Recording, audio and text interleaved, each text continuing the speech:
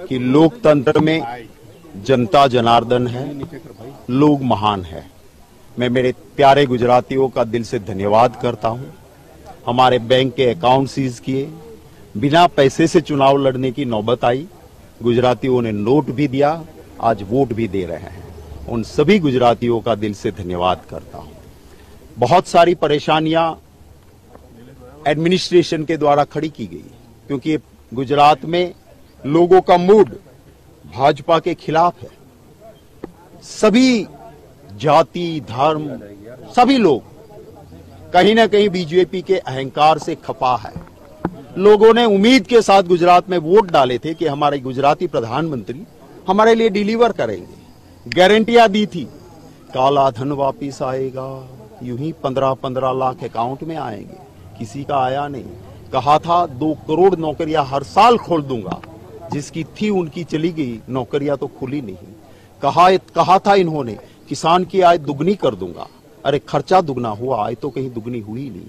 कहा था महंगाई चली जाएगी, 400 का गैस का सिलेंडर 1100 पे पहुंचा, 1200 पे पहुंचा, पेट्रोल और डीजल डबल हुआ, महंगाई गई नहीं। कहा था कि जो रियल टैक्स पेयर है, जो चेक से पेमेंट लेते हैं, सैलरी लेते हैं, वो मिडिल क्लास और अपर मिडिल क्लास के लिए 10 लाख तक का स्लैब बढ़ा देंगे। उनके मैनिफेस्टो में था कि इनकम टैक्स 10 लाख की इनकम तक नहीं लगाएंगे, वो तो नहीं हुआ।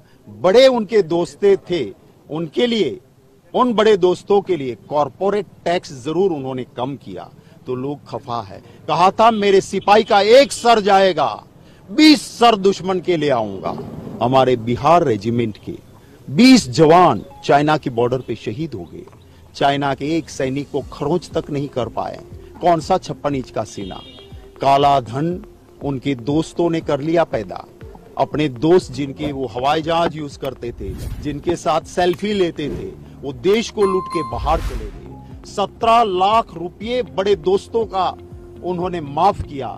आम हिंदुस्तानी को फायदा नहीं, तो लोग इसके लिए खफा है।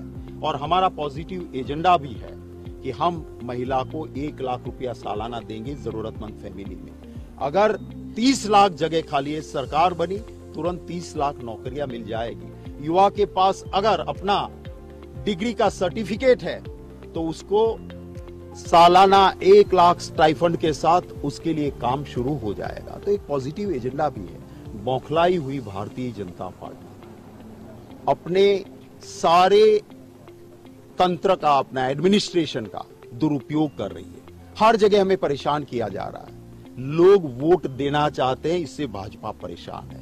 वासण गांव है अमित शाह की कॉन्स्टिट्यूंसी का, यहीं से थोड़ी सी दूरी पे है। आप ये कैमरे लेके जाइए। क्यों आप वोटिंग बंद करवा देते हो भाई? क्योंकि अमित शाह के खिलाफ वोटिंग हो रही है, वोटिंग बंद हो जाएगी क्या? कानून है, बूथ के अंदर ना कोई सिंबल ले जा सकता है, वो कानून है।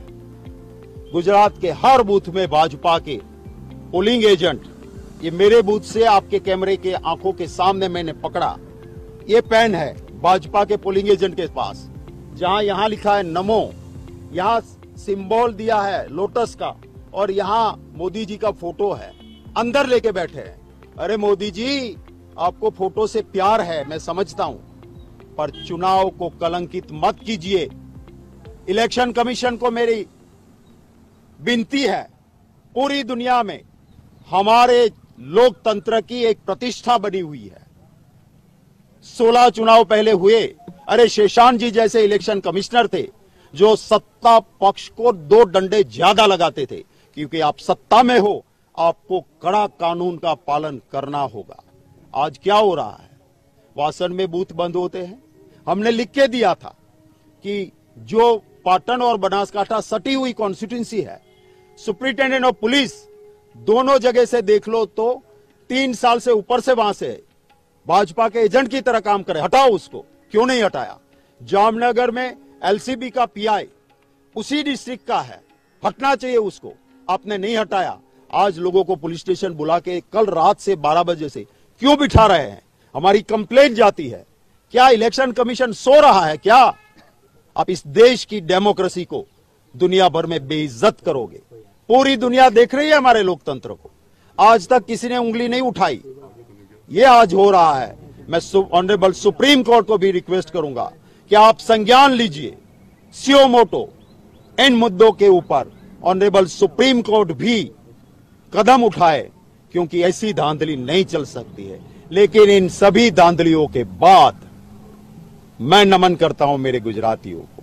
भले ही 2014 और 2019 में गुजरातियों ने एक उम्मीद के साथ सारी सीटें भाजपा को दी थी, अब जब नतीजे आएंगे वो कोई मेरी वजह से नहीं, मेरे प्यारे गुजरातियों के आशीर्वाद, प्यार और समर्थन की वजह से पूरे गुजरात में हमारे लिए नतीजे अच्छे रहेंगे।